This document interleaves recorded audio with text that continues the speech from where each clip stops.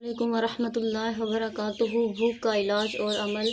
اگر کسی بھی بچے یا بوڑھے کو بھوک نہ لگتی ہو تو ایسے میں ذیل کا عمل کیا جائے، انشاءاللہ اس بھوک بحال ہو جائے گی۔ کرنا کیا ہے؟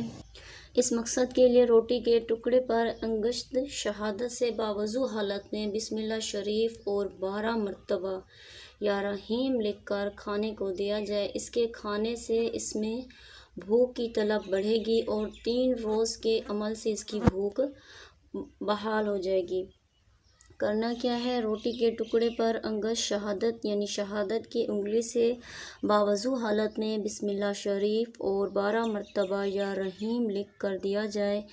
جیسے ہی وہ کھانا کھائے گا، اس کے کھانے سے اس میں بھوک کی طلب بڑھے گی اور 3 روز کے عمل سے صرف 3 دن آپ نے عمل کرنا ہے۔ اس عمل سے اس کی بھوک مکمل اور بحال ہو جائے گی۔